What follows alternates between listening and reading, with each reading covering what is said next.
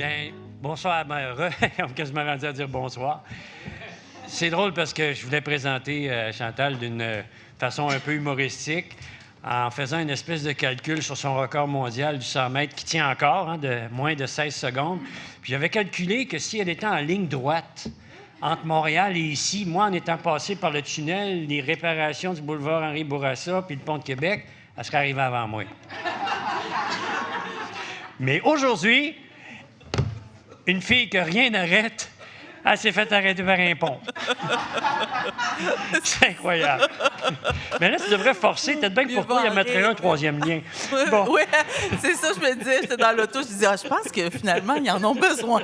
En effet. J'ai eu le plaisir de rencontrer Chantal il y a plusieurs années quand j'étais co-animateur d'une émission qui s'appelait Les Mousquetaires à Radio-Canada. Et elle était déjà impressionnante avant même, je pense, d'avoir gagné une médaille d'or aux Olympiques en sport de démonstration. Et je pense que c'est la seule athlète au monde qui a des médailles d'or tant dans le paralympique que dans l'olympique. Est-ce que je me trompe? Parce qu'il y avait un sport de démonstration, tu as gagné une médaille d'or, mais... Bien, si on s'était vu il y a 3 mois, j'aurais dit oui, ou 2 mois, j'aurais dit oui, mais il y a quelqu'un qui l'a fait à Paris. La tabarouette. C'est pas ça que je me suis dit, là, mais... Oh, c'était pire que ça. Oui. Fait qu'on est 2. Okay.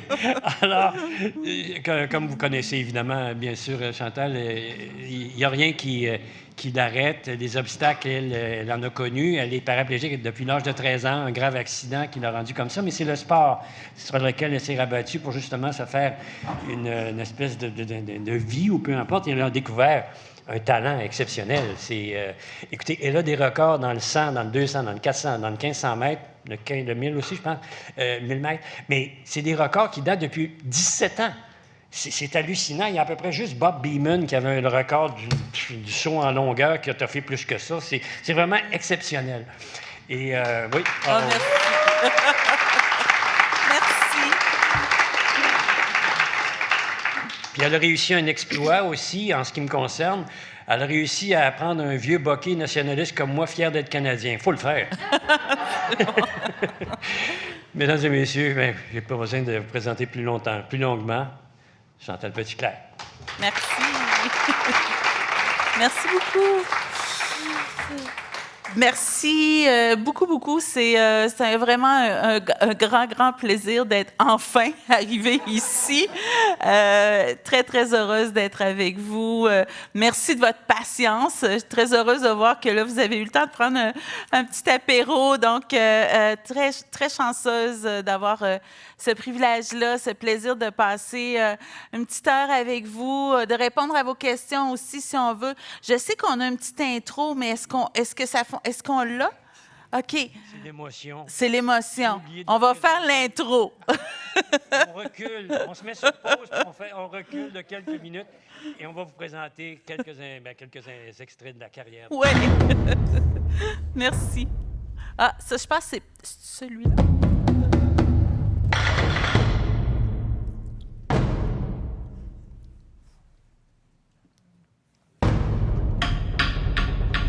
Oh, ça, c'est moi-même en gros plan. Ah, voilà. La petite intro.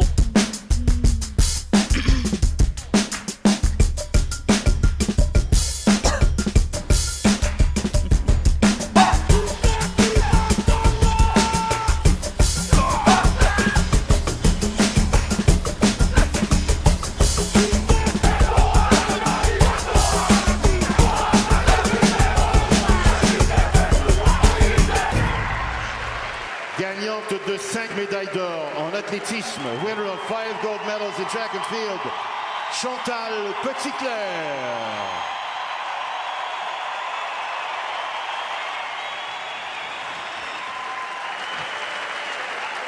Ça, c'est...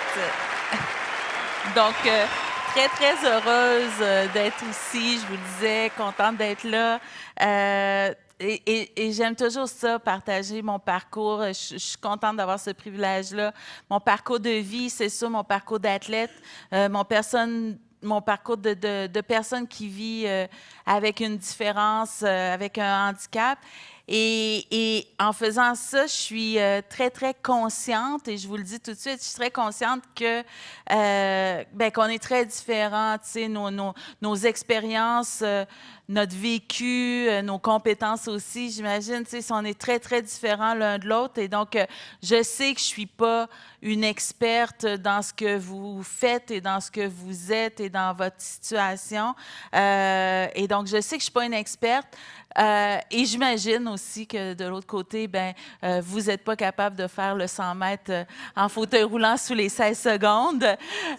Mais malgré ces grosses différences-là, je pense que ce que j'ai eu le plaisir d'apprendre dans mes 20-25 ans de haute performance, c'est que, tu sais, dans le fond, peu importe qui on est, peu importe d'où on vient, peu importe les obstacles, les défis auxquels on va devoir faire face, une chose est certaine, selon moi, c'est que, et peu importe ce qu'on veut faire, en fait, peu importe ce qu'on veut faire avec notre vie, avec le temps qu'on a, les goûts qu'on a, on va tous et toutes devoir faire face à de très, très nombreux défis juste pour essayer de se rendre où est-ce qu'on veut aller.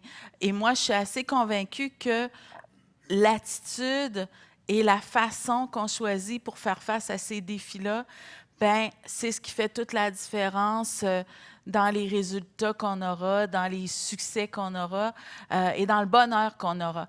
Et pour moi, donc, vous comprendrez, ma grande aventure paralympique, ça a commencé par un gros défi, le défi de mon accident. Moi, je suis devenue paraplégique à l'âge de 13 ans. Je suis originaire de Saint-Marc-des-Carrières, dans la belle région de Portneuf, pas trop loin d'ici. Et c'est à Saint-Marc-des-Carrières, à 13 ans, que j'ai eu cet accident-là qui m'a rendu paraplégique. Un accident un peu banal, là, comme ça arrive encore trop souvent dans les campagnes. On était en visite à Saint-Alban chez des amis de la famille qui avaient une ferme, mais c'était une vieille ferme abandonnée. Et donc, évidemment, dès qu'on est arrivé là-bas, le message des parents était assez clair. Nous, les jeunes, on n'avait pas le droit d'aller jouer sur la ferme parce que c'était trop dangereux. Mais on était 2-3, on avait 13-14 ans. Donc, on a trouvé que c'est une excellente idée de ne pas écouter nos parents. Et on est allé quand même. Ce qui n'a pas été la meilleure décision de ma vie. Et là, il y avait sur cette ferme-là une porte de grange, tu sais, les grosses portes de tracteurs, là, qui était brisée. Donc, la porte était au sol. Et on s'était dit, on avait tout le monde notre vélo, on s'est dit, on va soulever la porte de grange, on va mettre comme une caisse en dessous, puis on va tenir la porte en angle comme un saut, un jump. C'est ça, j'essayais de trouver le mot français, un jump pour nos vélos. Et c'est ce qu'on a fait. Donc, on lève la porte et le jeune Martin qui était avec moi est parti chercher la caisse. Il est parti 10 secondes. Là, et des fois, on le sait, là, 10 secondes, ça ne prend pas plus que ça pour changer la vie de quelqu'un à tout jamais. Et moi, à 13 ans, avec un peu moins de muscles que ce qu'on a vu dans la petite intro, j'ai comme pas été capable de tenir la porte. Donc, la porte est tombée par-dessus moi, je suis tombée au sol et j'ai eu une fracture, une lésion de la moelle épinière au niveau lombaire. Et c'est comme ça que ma vie a changé. C'est comme ça que je suis devenue paraplégique à l'âge de 13 ans. Et je sais que c'est un peu drôle à dire, mais il y a des choses dans la vie, on dirait qu'on le sent un peu, là, sans que personne ait besoin de nous l'expliquer. Puis, tu sais, même si j'avais 13 ans, j'ai comme un peu le souvenir d'être au sol, d'être incapable de bouger mes jambes, de ne plus sentir mes jambes, de ne plus être capable de me relever et de quelque part comprendre que c'était grave là, et que comprendre que ma vie telle que je la connaissais serait plus jamais exactement pareille et que j'aurais besoin de m'adapter à une nouvelle situation, à une nouvelle réalité très, très rapidement. Et les mois qui ont suivi, ça a été l'accident, ça a été l'ambulance, ça a été l'hôpital, ça a été la réadaptation pendant un 4-5 mois. Réadaptation à côté d'ici, d'ailleurs, sur chemin Saint-Louis, le centre de réadaptation Cardinal Villeneuve. Et la raison pour laquelle je vous raconte tout ça, ben ceux qui me connaissent vont vous le dire, là, tu sais, je suis pas ici pour faire pitié, je suis pas ici pour faire brailler personne, mais je trouve ça intéressant comment les gros défis de la vie, les drames, les obstacles, les tragédies même, ben, tu sais, par définition, c'est des moments de la vie qui sont très, très difficiles à traverser, mais c'est aussi les moments de la vie où, où on devient, on n'a pas le choix, on devient plus fort et où on en apprend énormément sur les autres, sur la vie et sur soi-même. Et moi, ce qui m'est resté de toute cette période-là et la grande leçon de vie qui m'est restée, qui me reste encore, qui me sert encore, en fait, le souvenir que j'ai, c'est ma vie qui est comme lancée dans un chaos total et surtout l'impression, mais ce n'était pas tant une impression, d'avoir perdu le contrôle, tu sais, de perdre le contrôle sur toute notre vie.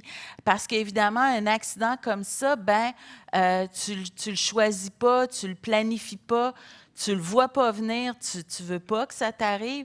Sauf que quand c'est là, ben c'est là, et tu n'as pas le choix, et tu es obligé d'y faire face. Et donc, j'ai comme la leçon que j'ai prise de ça, c'est que dans des moments de vie où on perd le contrôle sur tout, bien, peut-être que le seul contrôle qui nous reste, c'est le contrôle sur notre attitude, sur nos émotions, sur nos actions.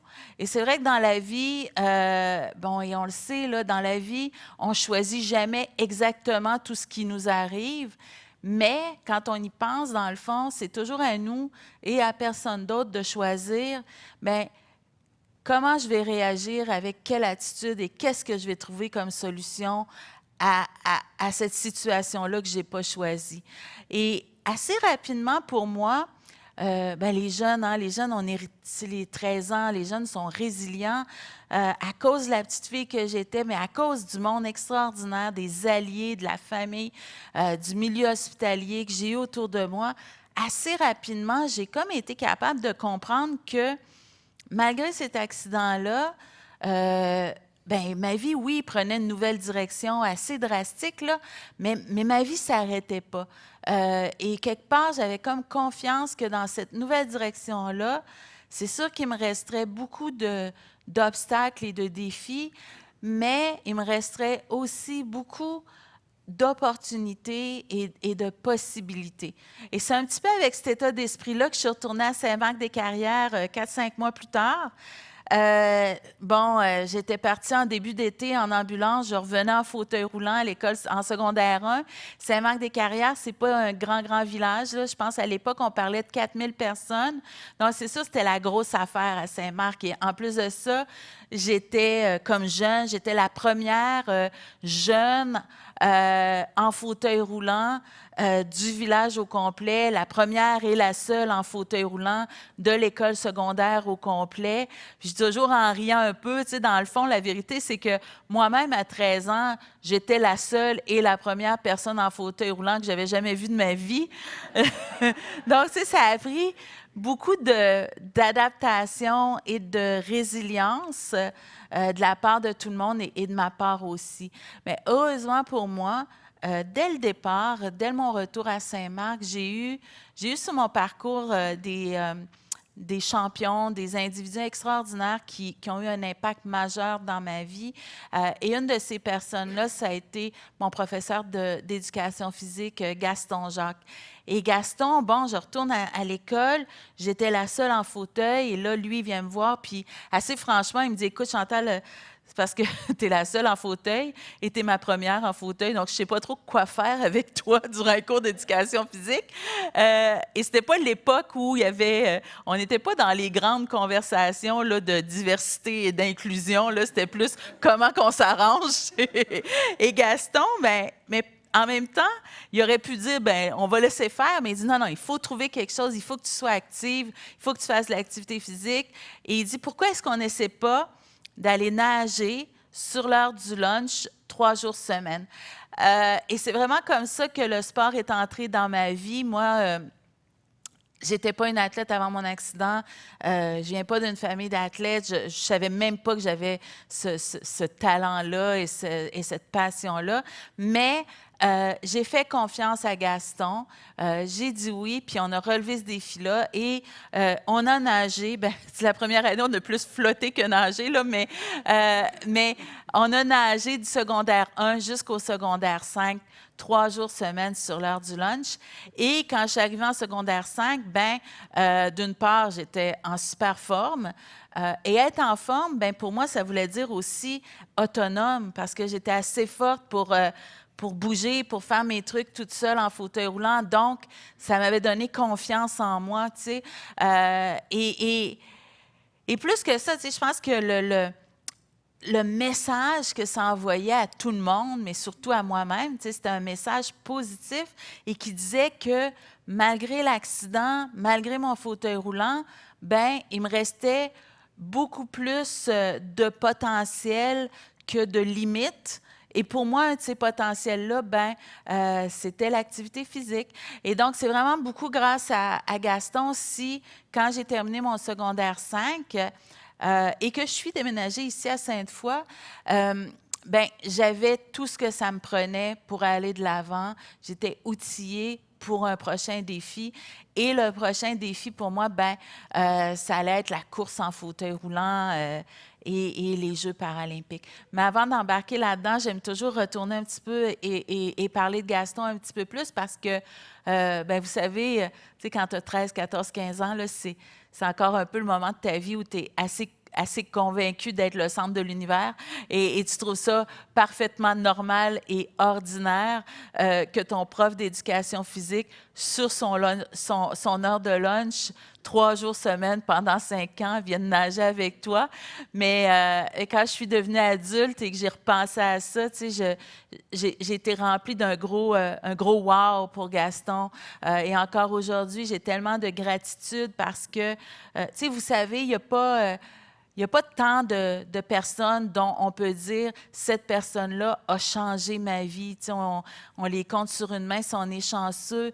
Et pour moi, Gaston, c'est vraiment le symbole de ça encore aujourd'hui. Tu sais, c'est vraiment le symbole de comment un individu est capable d'avoir un impact majeur sur la vie de quelqu'un d'autre, juste en étant là et juste en donnant ce qu'il est capable de donner. Et c'est ce que Gaston a fait pour moi. Il n'était pas, il n'était pas payé plus cher pour faire ça. Il n'était pas obligé de le faire.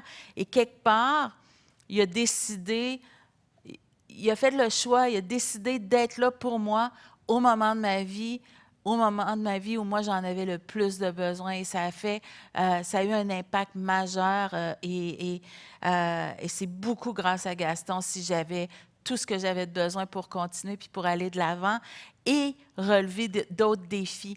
Et quand je parle de défis, j'aime toujours ça me rappeler parce qu'on est dans des époques où on aime ça, les affaires complexes et compliquées des fois. Et puis pour moi, les défis, au contraire, c'est très, très simple. Hein?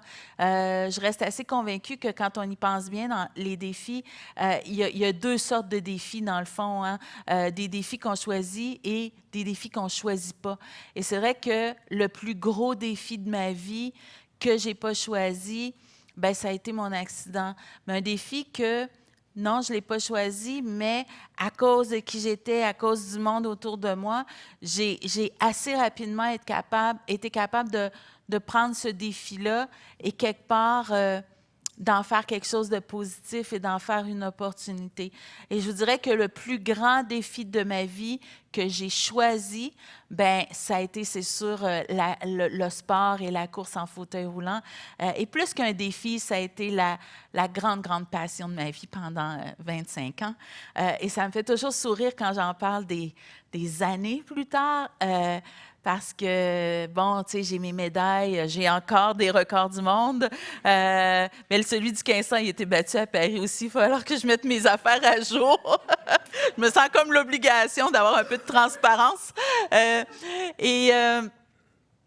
j'ai des records. Je me fais inviter, j'ai l'opportunité de venir vous parler et ça me fait toujours sourire parce que la course en fauteuil roulant, pour moi, c'est comme n'importe quoi d'autre dans la vie. Là, c'est assez rare qu'on commence sur la plus haute marche du podium. Là, peu importe ce qu'on fait, on commence toujours un peu au bas de l'échelle et puis c'est à nous de se faire confiance, de travailler, de gravir les échelons étape par étape. Et ça a été le cas pour moi quand j'ai commencé à faire de la course en fauteuil roulant.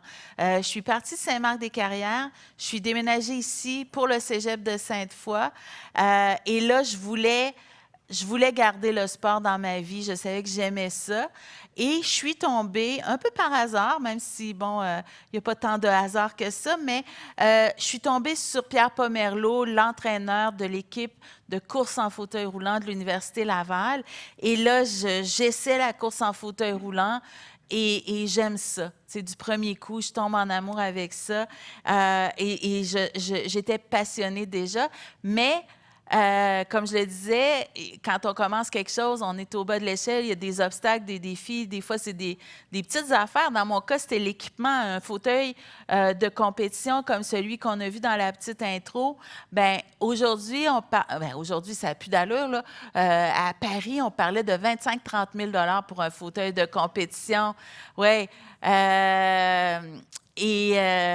À l'époque, déjà, on parlait de 4 000 $ en 88. Moi, j'arrive de mon petit village.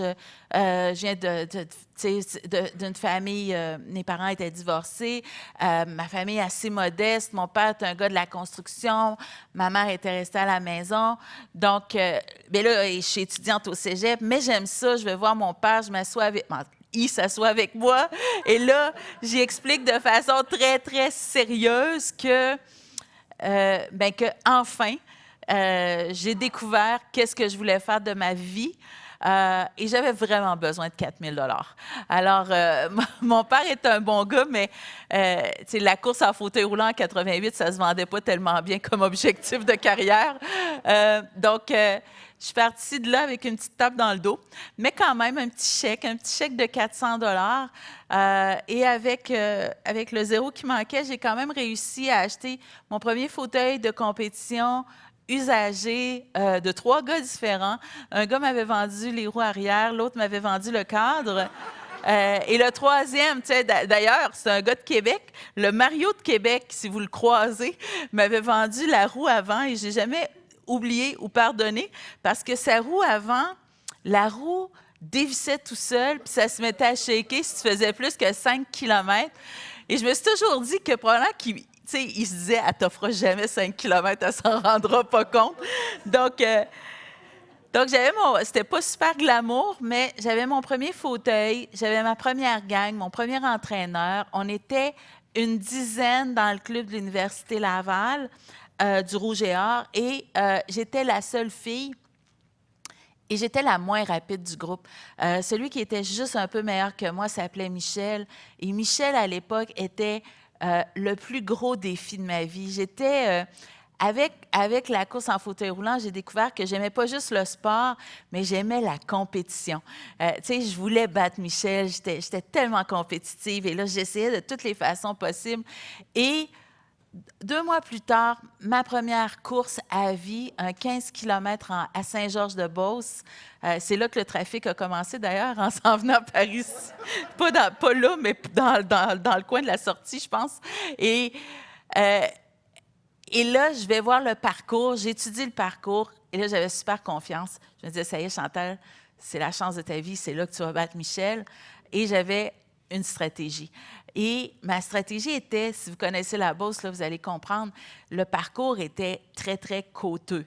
Et là, je m'étais dit, et le Michel en question, laissez-moi préciser, le Michel en question, je vous disais tantôt, c'est le gros défi de ma vie, le plus gros défi de ma vie, mais très honnêtement, c'était pas juste un gros défi. Michel était aussi un assez gros gars. Il était très pesant.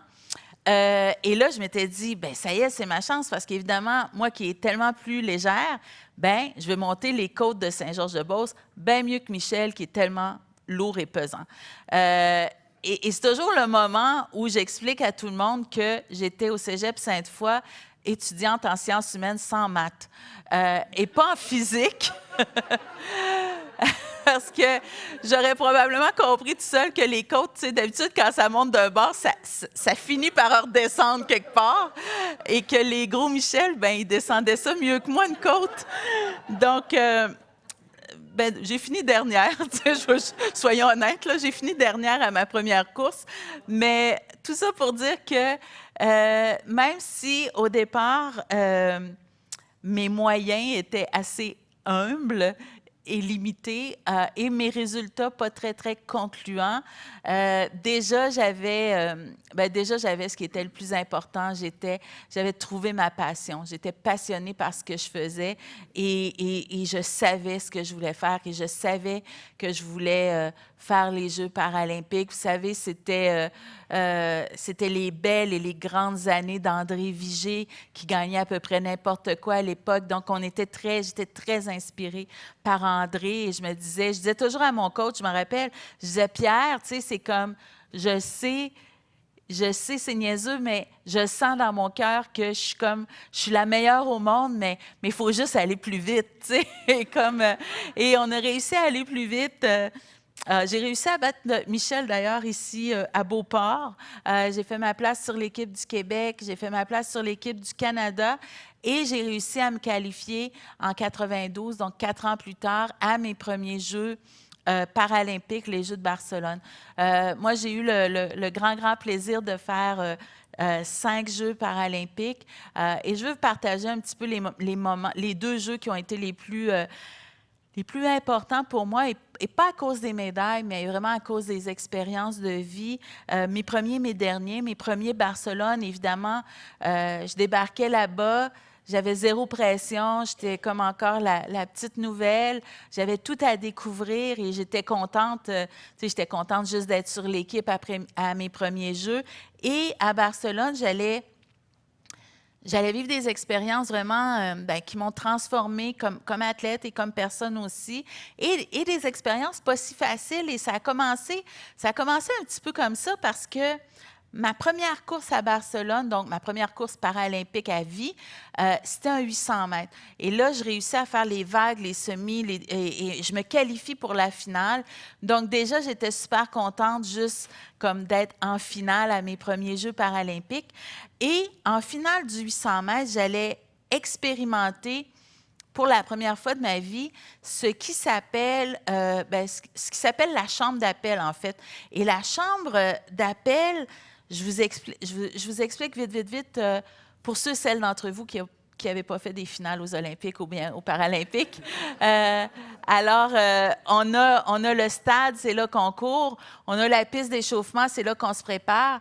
Quand la période réglementaire d'échauffement est terminée, on amène tous les finalistes dans un tunnel en dessous du stade, dans une chambre d'appel qui est 2-3 fois grande comme ici. Et c'est là que les finalistes attendent 30, 45, 50 minutes jusqu'à ce qu'on nous amène sur la ligne de départ.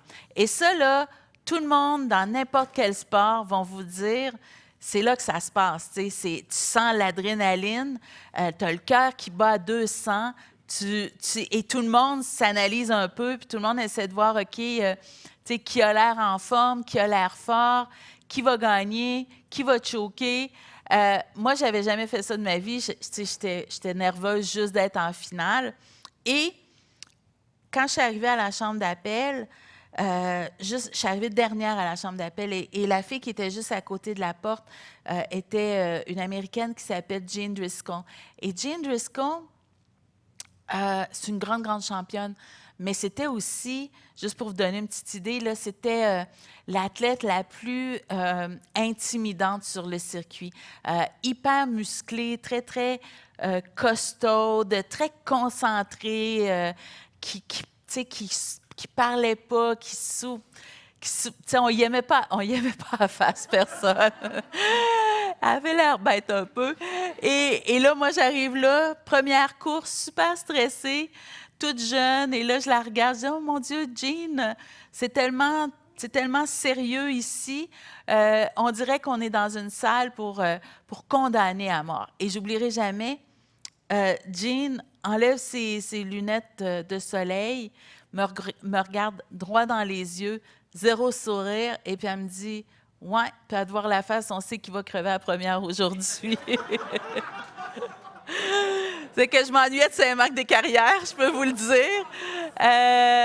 Heureusement pour moi, c'était un 800 mètres. Et Jean, c'est une grande, grande championne de marathon, 9 fois, je pense, le marathon de Boston. Et à la fin d'un 2 tours de piste très stratégique de ma part, j'ai réussi à me faufiler, à sprinter et à terminer 3e, donc à gagner ma première médaille paralympique de bronze. 27 centièmes de seconde devant Jean qui a terminé 4e. Fait que c'est ça, ouais, c'est ça, merci. J'étais pas mal fière de moi. Ben, je vais être très honnête avec vous, là, j'ai comme jamais vraiment eu le courage d'y remettre en pleine face. Je pense que c'est pour ça que j'en parle encore. Mais tout ça pour dire que je suis revenue des Jeux de Barcelone avec 2 médailles de bronze, celle-là au 800, une autre au 200, avec un tas d'expériences de vie tellement transformatrices et aussi avec un nouvel entraîneur. 1 an avant les Jeux de Barcelone, j'ai quitté Sainte-Foy, j'ai quitté Pierre et je suis allée jusqu'en Alberta travailler avec un gars qui s'appelle Peter Erickson. Peter, qui est un ancien patineur de vitesse, donc un Olympien, entraîneur, et qui a été mon coach, mon mentor, mon ami pendant mes 5 Jeux paralympiques. Et Peter, ça a été l'entraîneur qui, dès le départ, donc dès les Jeux de Barcelone, dès notre première médaille, a été très, très clair pour se dire que bien, peu importe ce qu'on choisissait de faire, c'est que si on choisissait de travailler ensemble, si on choisissait d'avoir des objectifs ensemble, bien, on allait le faire pour des bonnes raisons. On allait le faire parce que j'aimais ça, la meilleure des raisons. J'aimais ça, j'étais passionnée, j'avais ce talent-là, j'avais cette compétence-là. Et on allait le faire avec aussi des valeurs de passion, de discipline, d'authenticité. Et bref, on allait prendre mon talent, puis on allait essayer de l'amener, tu sais, de repousser des limites et d'aller le plus loin et le plus haut possible, mais sans jamais écraser personne. Peter, c'est l'entraîneur qui, dès ma première médaille de Barcelone, m'a enseigné et parfois forcé à toujours prendre 10 secondes pour aller serrer la main de la fille qui avait gagné cette journée-là. Et ça, je vous le dis, là, en 25 ans, c'est arrivé assez régulièrement que ça ne te tente pas tant que ça d'aller serrer la main de la fille qui vient de te planter, là, tu sais. Et tu sais, des fois, tu es fâché contre toi, tu es fâché contre tu es déçu, tu es fâché contre les autres, ou tu as un gros moton, quelques larmes, ou c'est Jean, et puis on n'y aime pas à face. Mais ça... Peter n'a jamais fait de compromis là-dessus. Puis chaque fois, on prenait 10 secondes pour dire, ben écoute, bravo, je suis contente pour toi. Aujourd'hui, c'est toi qui étais la meilleure sur la piste. Ce qui n'empêche pas de livrer le meilleur de soi-même la fois d'après, ça, c'est sûr. Et c'est donc dans ce sens-là où je disais que c'est des jeux qui ont été vraiment fondateurs pour moi. Tu sais, je sais que c'est cliché un peu, mais vous savez, comme on dit que pour bâtir quelque chose de solide, ça prend des fondations solides. Bien, pour moi, mes Jeux de Barcelone, ça a été vraiment la base et la fondation de ce que je suis devenue, de ce que j'ai choisi de devenir, en fait, comme athlète, c'est sûr, mais aussi comme personne. Et encore aujourd'hui, quand je pense à l'excellence, puis pas toujours l'excellence dans des gros rêves, mais juste l'excellence au quotidien, tu sais, vivre sa vie du mieux qu'on peut la vivre. Bien, pour moi, la mesure de l'excellence encore aujourd'hui, c'est de se dire, est-ce que je suis capable de réaliser mes objectifs et mes rêves en restant fidèle à des valeurs et à des principes qui sont importants pour moi comme personne. Et quand je suis capable de faire les deux, quand je suis capable de faire ce que je veux faire en restant qui je veux être, bien encore aujourd'hui, pour moi, ça reste vraiment la mesure de l'excellence. Et donc, c'est pour ça que c'était des bases solides là, qui m'ont amené dans une aventure extraordinaire de mes 2 médailles de bronze aux Jeux d'Atlanta. J'ai gagné 5 médailles à Atlanta, incluant 2 médailles d'or. D'Atlanta jusqu'à Sydney, en Australie. À Sydney, j'ai gagné 4 médailles, dont 2 médailles d'or. De Sydney jusqu'aux Jeux d'Athènes, les Jeux d'Athènes en 2004, d'où je suis revenue avec 5 médailles d'or et vraiment, tu sais, je dis toujours, quand je suis revenue des Jeux d'Athènes, je disais à tout le monde comment c'était assez extraordinaire que, en même temps, dans le même 2 semaines, j'avais vécu relever le défi le plus difficile de ma vie avec le plus de pression que j'avais jamais eu, mais en même temps, j'avais eu le plus de fun de ma vie. Et j'aime ça dire ça parce que, tu sais, des fois, on sépare beaucoup les choses qu'on est obligé de faire et le travail qu'on a besoin de faire et la pression, les irritants et le plaisir. Essayer de trouver du plaisir à ce qu'on fait. Pour moi, ça reste encore une fois quelque chose qui est comme une mesure de... une quête, hein, de se dire est-ce qu'on est capable d'essayer d'avoir de la satisfaction et du plaisir dans ce qu'on doit faire pour réaliser nos objectifs, nos rêves.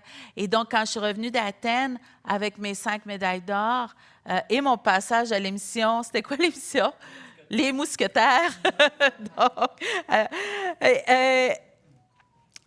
la grande question, qui est probablement la question que tous les athlètes sont en train de se poser partout sur la planète présentement, c'est est-ce que je m'embarque pour un autre 4 ans?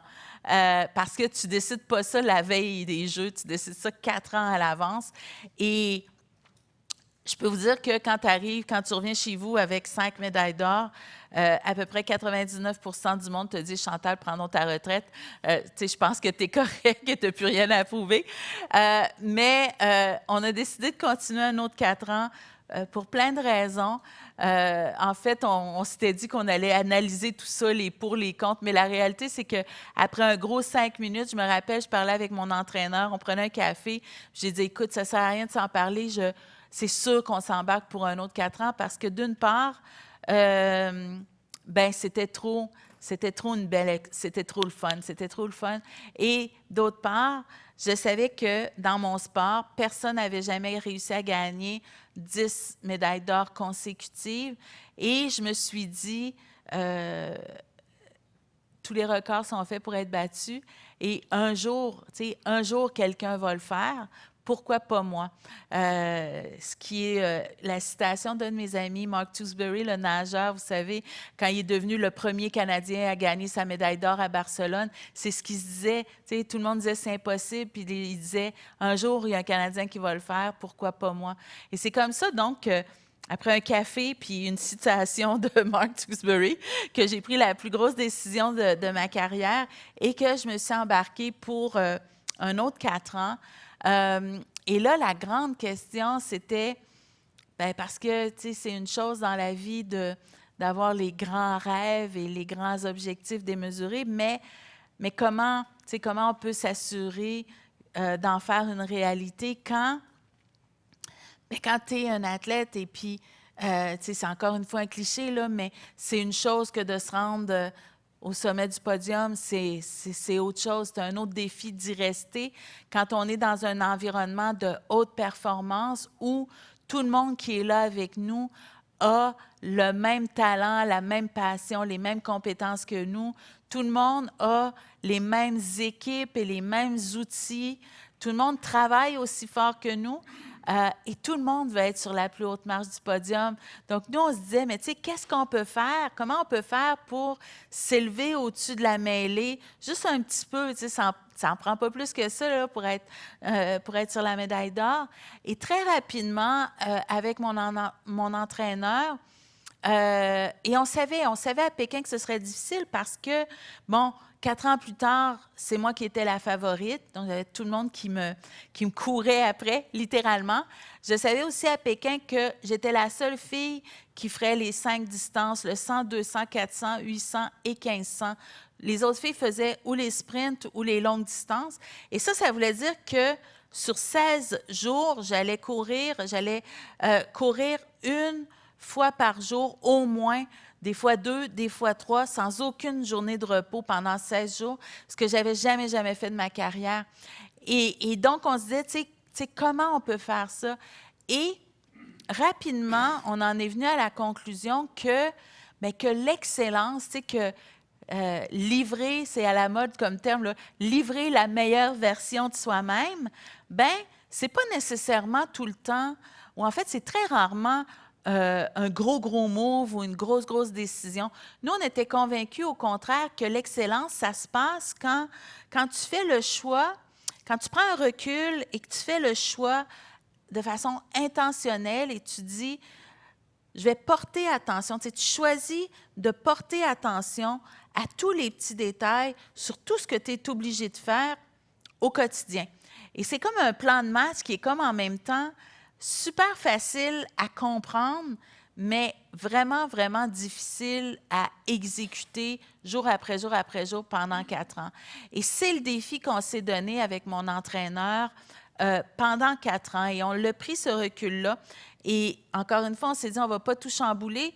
Manifestement, on faisait quelque chose de correct, mais on s'est dit, on va analyser chacun des aspects de ma performance, on va s'améliorer dans chacun des aspects, on va repousser mes limites, on va sortir de notre fameuse zone de confiance et zone de confort surtout, et on va aller chercher des petits extras. Et nous, on était convaincus que tous les petits extras allaient s'accumuler, s'additionner et faire une grosse différence à la fin et idéalement m'amener sur la plus haute marche du podium.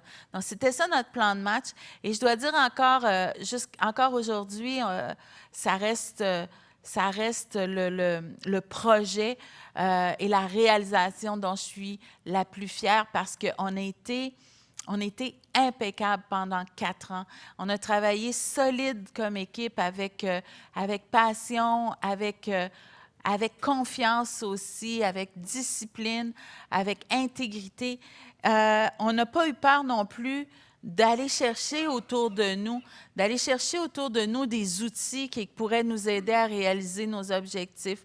On a travaillé ensemble, on a engagé un gars qui s'appelle André Parent, un spécialiste en musculation, pour vraiment nous aider dans les sprints, dans les départs, le 100, 200, 400 mètres.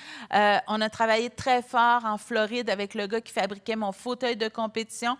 On savait que on laissait rien au hasard. On savait que la piste à Pékin, on l'avait visitée au printemps, que la piste était, le caoutchouc de la piste, là, était comme un peu mou, ce qui est excellent pour les genoux des coureurs à pied, un petit peu moins bon pour les fauteuils, parce que tu cales dedans un peu, tu sais, c'est comme rouler sur du tapis à vélo.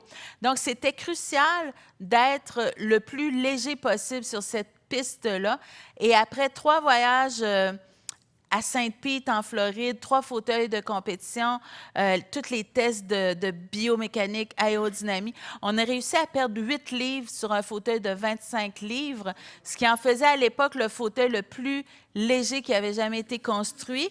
Et aujourd'hui, ils réussissent à les faire tous de ce poids-là, à 25 000 $.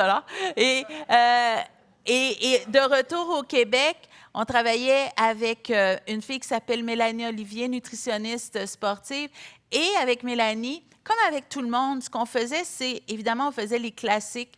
Donc, évidemment, bien manger, pas faire de blessures, bien récupérer. Mais on essayait tout le temps, comme je le disais, de repousser des limites puis d'aller chercher des extras. Et avec Mélanie, je me souviens, elle m'avait fait un plan d'alimentation avec mon horaire de 16 jours à Pékin, avec mon horaire d'échauffement, d'autobus, de compétition. On avait testé tout ça qui me disait exactement chaque jour quoi manger, quoi boire, à quelle heure, en quelle quantité.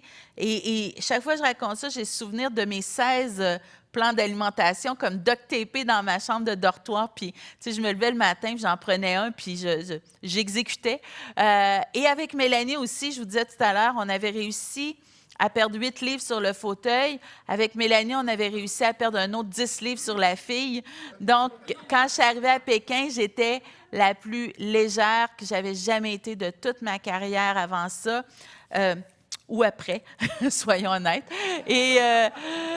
Et pour nous aider à cimenter cette équipe-là, on travaillait aussi avec une fille qui s'appelle Penny Wartner en psychologie sportive.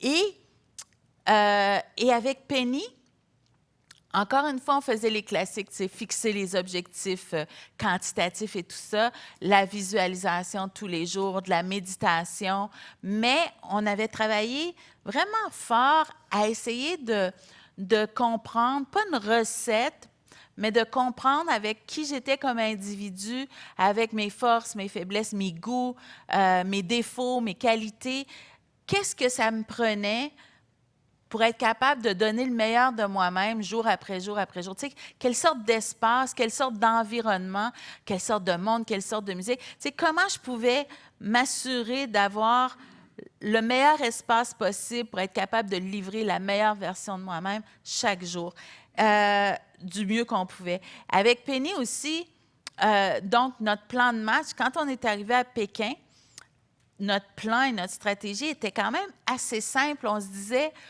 on veut être en contrôle de tout ce qu'on est capable de contrôler, mais rester prêt et préparé à tout ce qu'on ne pourra pas contrôler. Et j'ai amené avec moi, j'espère que j'ai amené avec moi, j'ai amené avec moi une médaille. C'est la médaille de mon 100 mètres à Pékin. Et je vais vous raconter cette course-là. Et je veux revenir sur Penny parce que, vous savez, aujourd'hui, là, à peu près tous les athlètes ont leur psychologue sportif, là, c'est tendance au bout.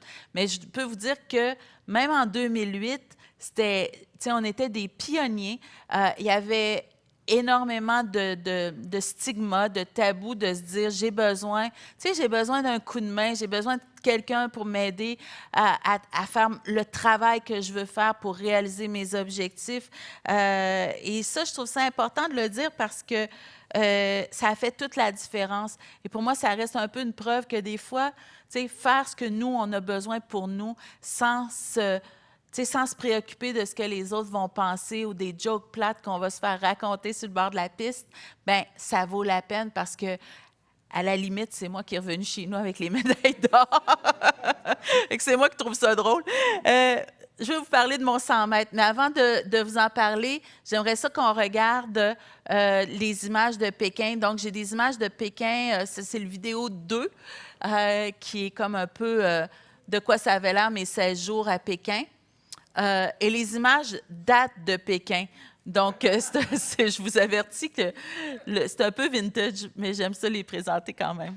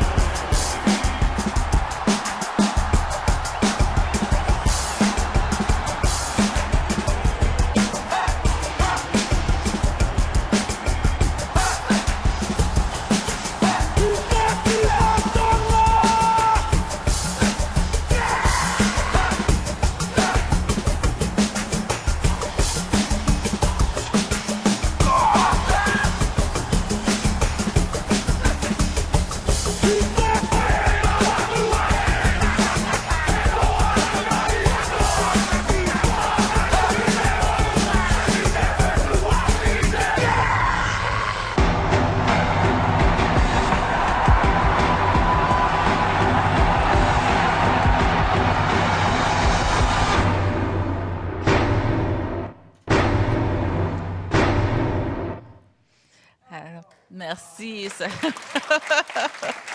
Ça ressemble à ça, une grosse semaine au bureau quand tu es un athlète.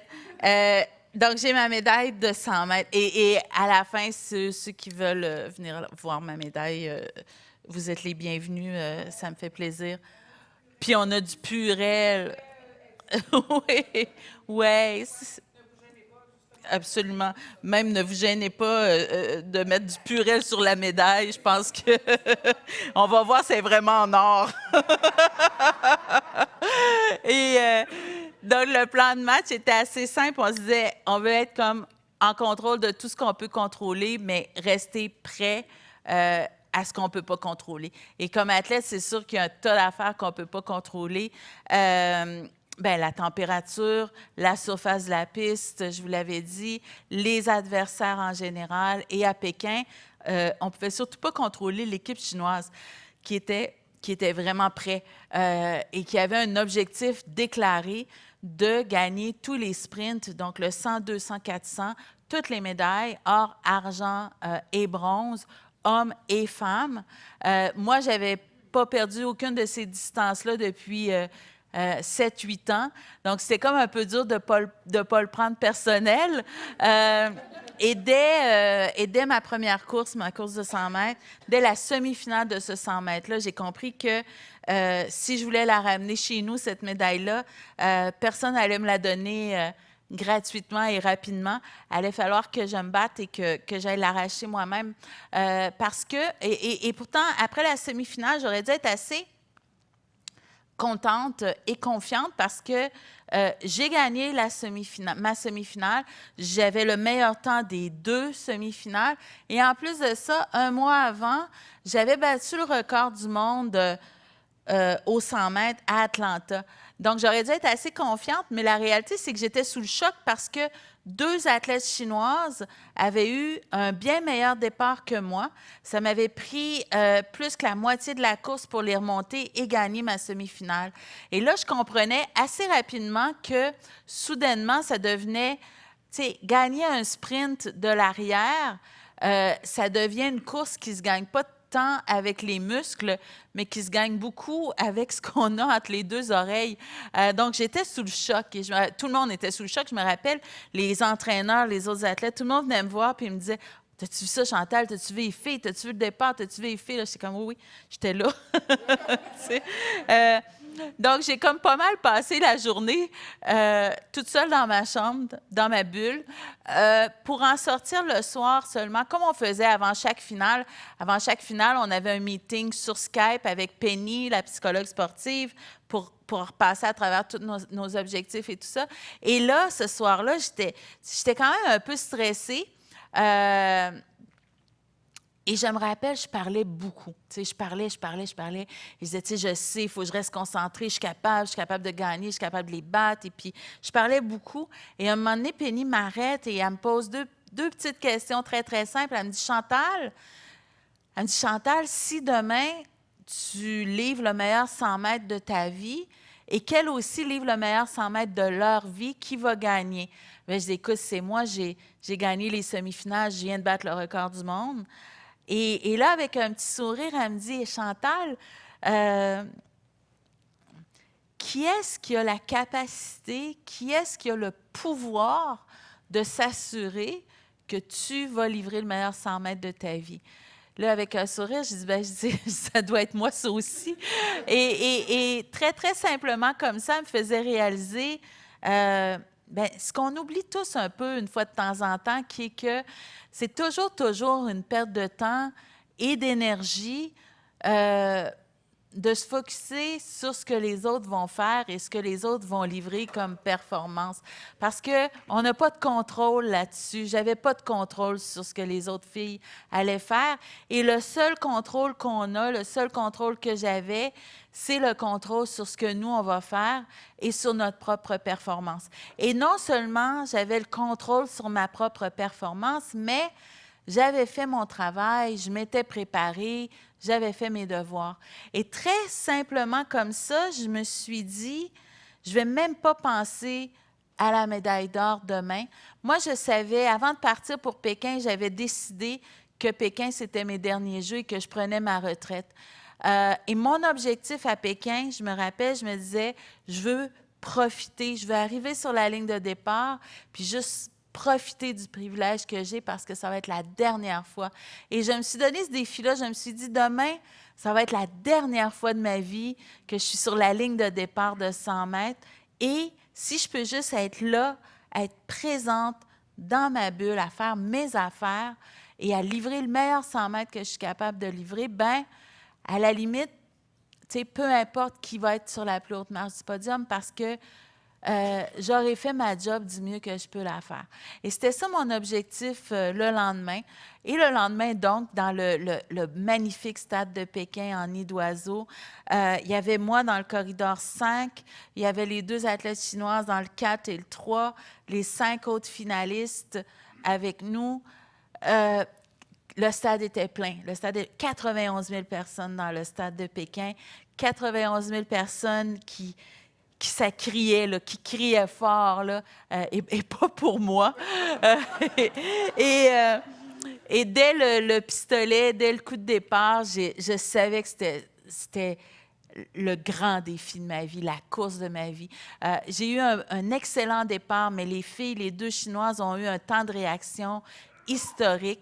Moi, j'étais certaine de les rattraper à 50 mètres. À 50 mètres, j'avais encore un fauteuil derrière elles. 60 mètres, 70, 80, je n'avais rattrapé 1 sur 2.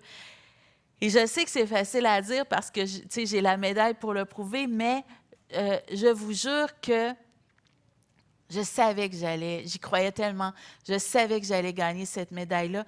J'étais tellement concentrée, focus.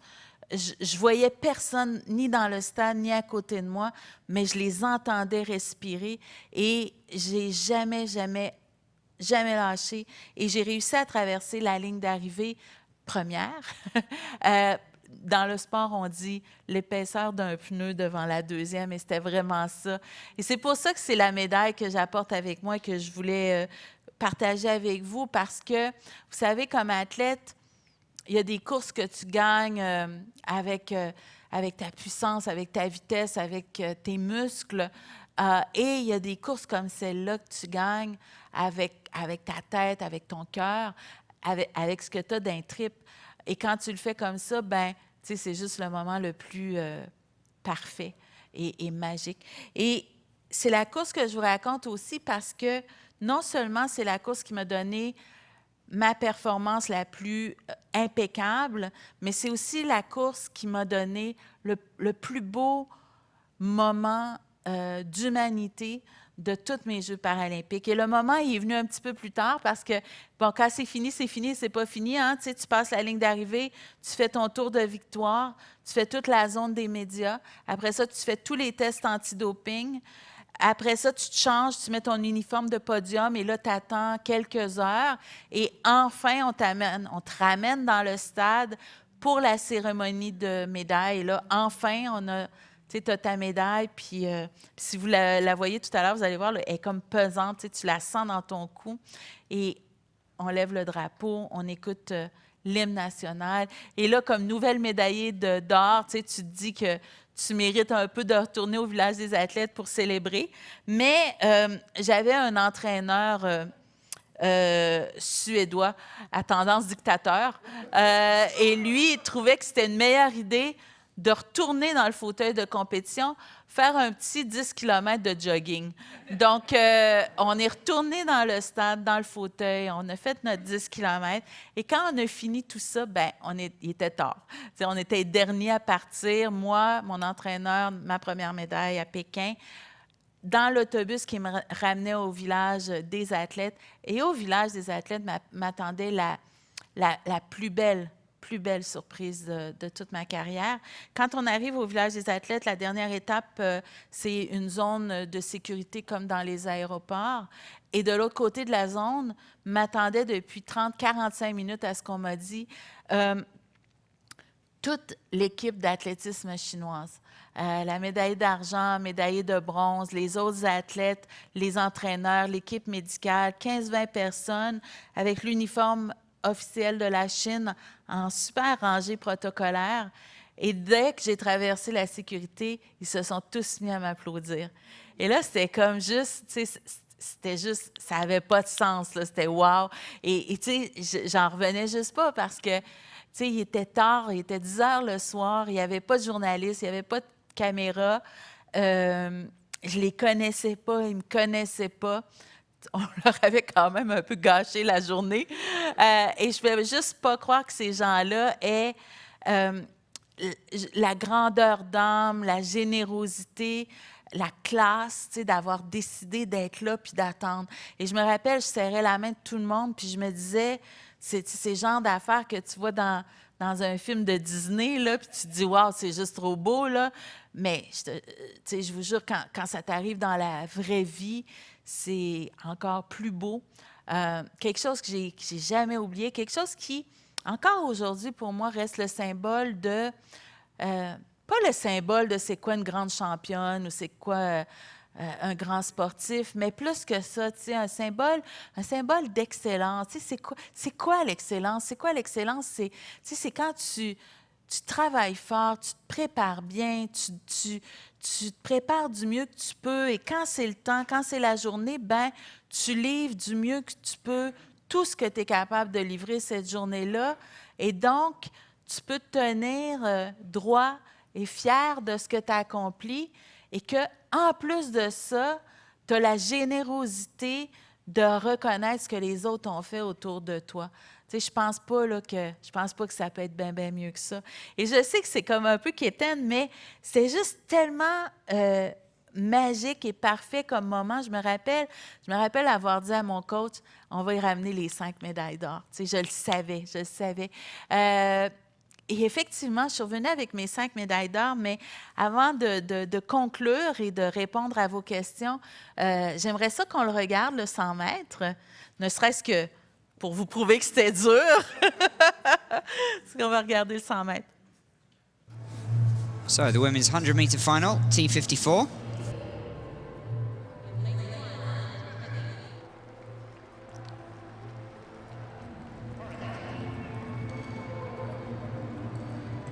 This is Madison de Rosario from Australia. Dong Hongjiao from China. Li Wenjian.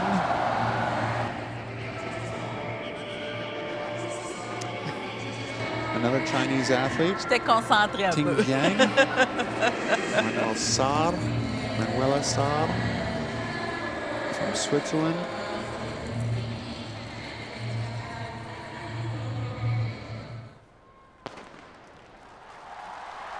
And they're off. And Liot in lane 4 to send the early pace. But here comes Dong in lane 3, and Chantal has a bit of work to do in lane 5. She's coming back now. She might just take it on the line, and she does. What a comeback there from Chantal Petitclerc. Unbelievable race. Merci. Donc, vous comprenez pourquoi c'est la médaille qui est la plus importante pour moi. Et d'ailleurs, cette année, j'étais surprise. Tant qu'à me vanter, je vais continuer de me vanter. Ce temps-là, le 16-11, je pense, est encore un record paralympique qui était là, aux Jeux de Paris. Donc, j'étais contente. Je voyais mon nom à chaque fois que quelqu'un faisait un 100 mètres. Ils ne l'ont pas battu. Et donc, je suis revenue avec mes 5 médailles d'or et avec un tas d'histoires et d'expériences surtout, d'expériences de vie qui ont changé ma vie et qui, quelque part aussi, je suis revenue avec une certaine conviction. Et quand je repense, quand je regarde mon parcours, quand je regarde où je suis maintenant, quand je repense à Chantal, la petite Chantal à 13 ans à Saint-Alban, au sol après mon accident, dans un petit village, d'une famille très modeste, je pense que personne n'aurait gagé, personne n'aurait parié sur l'espèce d'aventure extraordinaire qui m'attendait. Et ça, pour moi, c'est la preuve d'un certain nombre de choses. C'est la preuve pour moi, d'une part, que comme individu et comme société, quand on s'ouvre à la différence, quand on s'ouvre à la diversité, quand on fait le choix d'être inclusif dans toutes les sphères de notre vie, ben tout le monde y gagne. Tout le monde y gagne.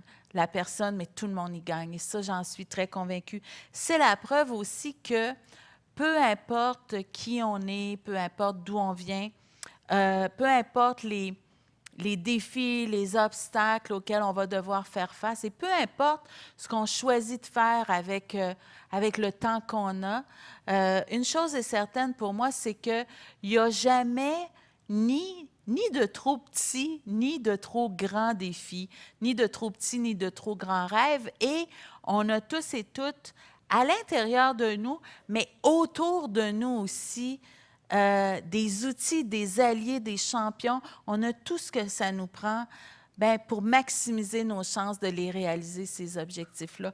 Et ça, je le dis avec une grande, grande confiance parce que je ne suis pas unique, je ne suis pas si spéciale que ça. Donc, si c'est vrai pour moi, nécessairement, c'est vrai pour chacune d'entre nous, pour chacun et chacune de nos enfants aussi. Et je sais pas en terminant, évidemment, je vous le disais en début, hein, je ne suis pas une experte, on est très différents et je ne sais pas c'est quoi vos objectifs, vos petits ou vos grands objectifs médaille d'or pour les mois, l'année, les années qui viennent. Mais j'ai aucun doute que vous êtes capable d'y arriver. Et je veux juste vous dire merci de m'écouter et la meilleure des chances. Merci. Merci. Merci. Merci. Merci, Chantal, de nous avoir livré la meilleure version de toi-même, pour te paraphraser. Merci. C'était extraordinaire. Tu as même réussi un exploit. Je n'ai pas touché à mon téléphone. C'était passionnant.